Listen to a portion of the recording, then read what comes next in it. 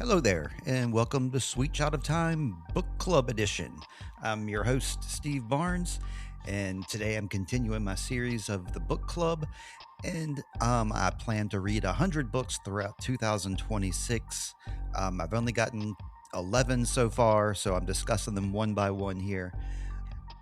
I'm not going to read them all in 2026. I think I've already revealed that. This is going to take much longer than I thought. But at any rate, this is the Sweet Child of Time Book Club Edition. Shorter episodes here. This should be a half an hour or less. In the future, we're still going to be doing our TV recaps. We're going to be discussing Welcome to Derry Season 2 with Lindsay Dunn. We'll be discussing 100 Years of Solitude with Lindsay Dunn. And I hope to continue the Highlander journey with James McCullum, the Marshland Monster, whenever he gives me the green light that he's ready to do that. So it's just going to be me for these episodes, no back and forth. But as usual, don't worry, I can talk to myself excellently. See? So weekly, I'll be doing these book club episodes. And if you notice the thumbnail of this episode on your podcast screen or your phone or whatever, it looks like it's Station 11 this week by Emily St John Mandel. So just before we even get into talking about this, my enthusiasm will be very high because um, I watched the TV show Station 11 on HBO first, and then I read this book, and I'm very much into it. This has become like my favorite book of the last few years. So I might be a little gushy on this one. Year this one was published was 2014. A nice even page count of 300 exactly. That's pretty nice. The publisher is Alfred Knopf. I don't That's interesting that they have like an individual as the publisher, but this Alfred Knopf apparently is a subsidiary of Random House. This book is not science fiction. It seems like it's science fiction because this book is based around a fake graphic novel called Station 11, which is a science fiction graphic novel. But Emily St. John Mandel insists that this is not science fiction. She considers this book theater fiction, which makes sense. This book was very prescient because it was published in 2014, and it is about a pandemic shutting the world down. And of course, that happened in 2020. So, in my opinion, the TV series Station 11 was ruined by the actual pandemic because this show began being aired in 2021. So, we were all shut down at that time and we were sick of the pandemic already because it had already been a year at that point. And so now here's this show about the pandemic, and nobody wants to see that at that time. Understandable. I didn't want to watch it at the time either. I didn't watch this until 2025. Highly recommended though.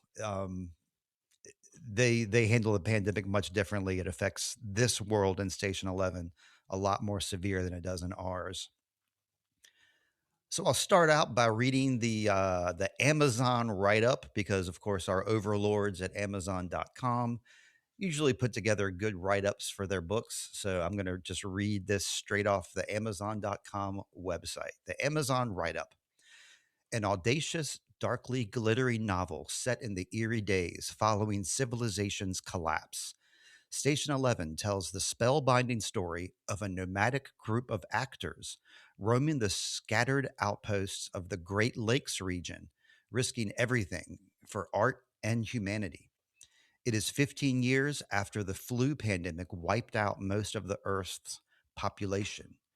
Kirsten is an actress with the Traveling Symphony, a small troupe moving over the gutted landscape, performing Shakespeare and music for scattered communities of survivors. But when they arrive in the outpost of St. Deborah by the water, they encounter a violent prophet who digs graves for anyone who dares to leave.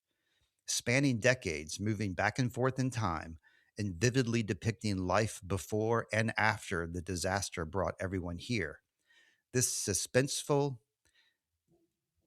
elegiac novel is rife with beauty, telling a story about the relationships that sustain us. It's a pretty succinct definition or description of this show. I'll read the character write ups that were, this is not from Amazon.com. These are character write ups. And these are not really spoilers. This is just interesting stuff going in, just an introductory um, phase here. Kirsten Raymond, a former child actor from Toronto who is 8 years old when the Georgia flu, that's what they call this flu. It's not the COVID 19, it's the Georgia flu, destroys her world. Okay, you heard me describe Kirsten there, and I edited out the thing that I said that's a spoiler. But she is a member of this traveling symphony, a former child actor. We got Arthur Leander, who's a wildly successful film actor who is starting his stage career, and he dies on stage of a heart attack. That's the very opening scene of our book, so that's not a spoiler. Um, while he's portraying King Lear. And so this is the exact same time that the pandemic begins in the book. We have Jeevan Chaudhary. He's a former paparazzi, and he is the guy that rushes to Arthur Leander's aid when he collapses on stage. Jeevan has a brother named Frank, who's a paraplegic. He's now a ghostwriter, and he lives in solitude in his apartment. We've got Miranda Carroll, and she is Arthur Leander, the guy who dies on stage of a heart attack. She is Arthur's first wife, and she is the author of the fictitious graphic novel Station 11. And so a lot of what we see and what we read in this book and what we see on screen is people's interpretation of this Station 11 graphic novel that they really hold dear. We've got Clark Thompson. He's Arthur's best friend, and he is one of the survivors, a struggling actor at the same time that Arthur is, except for he's not quite as popular as Arthur gets. Then we get Tyler Leander, the last character that we're going to discuss here. He is the son of Arthur and Arthur's second wife, and he is also one of the survivors of the Georgia flu. So the basic plot here, we're following a troupe of actors and musicians. They call themselves the Traveling Symphony. They go around and they perform Shakespeare, and they basically go around the Great Lakes, particularly Lake Michigan. And the story weaves together like multiple timelines, exploring the lives of these characters. This won a bunch of awards, apparently. It won the Arthur Clarke Award. Of course, it was adapted into the series HBO. It's a narrative structure.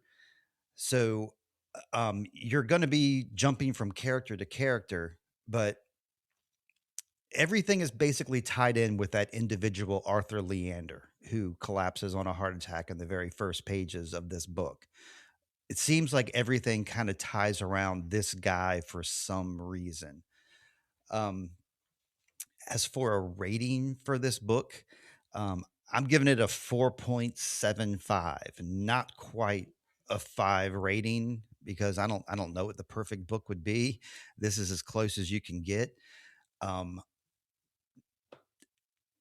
just a really heartfelt book, really worth your time. Short, 300 pages. I mean, go for it. I couldn't recommend it more. Um, one cool thing I like about this book is they have a journalist character in here who goes around and interviews people, and they interview the traveling troupe and they interview the survivors, and they write up a little newspaper and they distribute their newspaper among the survivors. And they have like a help, not a help wanted, like a classified section of the newspaper that this journalist provides. So it's like, hey, I got a pair of glasses. I'd like to trade these for a good pair of jeans, so they can kind of like communicate with each other. I think that's a really cool thing. Um, Roses and thorns. So that's my rose. My thorn, what did I not like about Station 11? I thought the book was too short. It could have been longer. Um, I saw the TV series first and then I read the book. Admittedly, I think I like the show better than the book.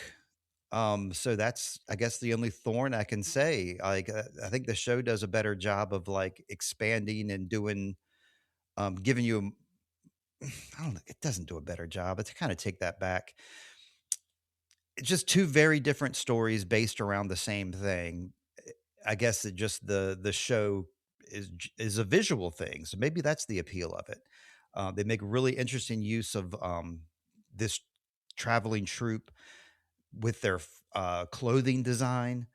They use really interesting things to like make their outfits stand out, and their plays are that they put on are fantastic. Um, so yeah, that's Station 11 for you. Highly recommended. Um, if you like to check out me furthermore, because we're ramping up towards the end here, check me out on Instagram, Sweet Child of Time Pod on there. The email is also sweetchildoftimepod@gmail.com. The website being sweetchildoftime.com. Before I get into any spoilers or anything else, I'll say that next week I'll be discussing the book and rating it, of course. Running with the Devil by Noel Monk. It's the story of Van Halen. So that'll be next week. And let me get into my Zencaster live read, is what it says here on the notes, but I don't actually have a read. I just got to talk about Zencaster.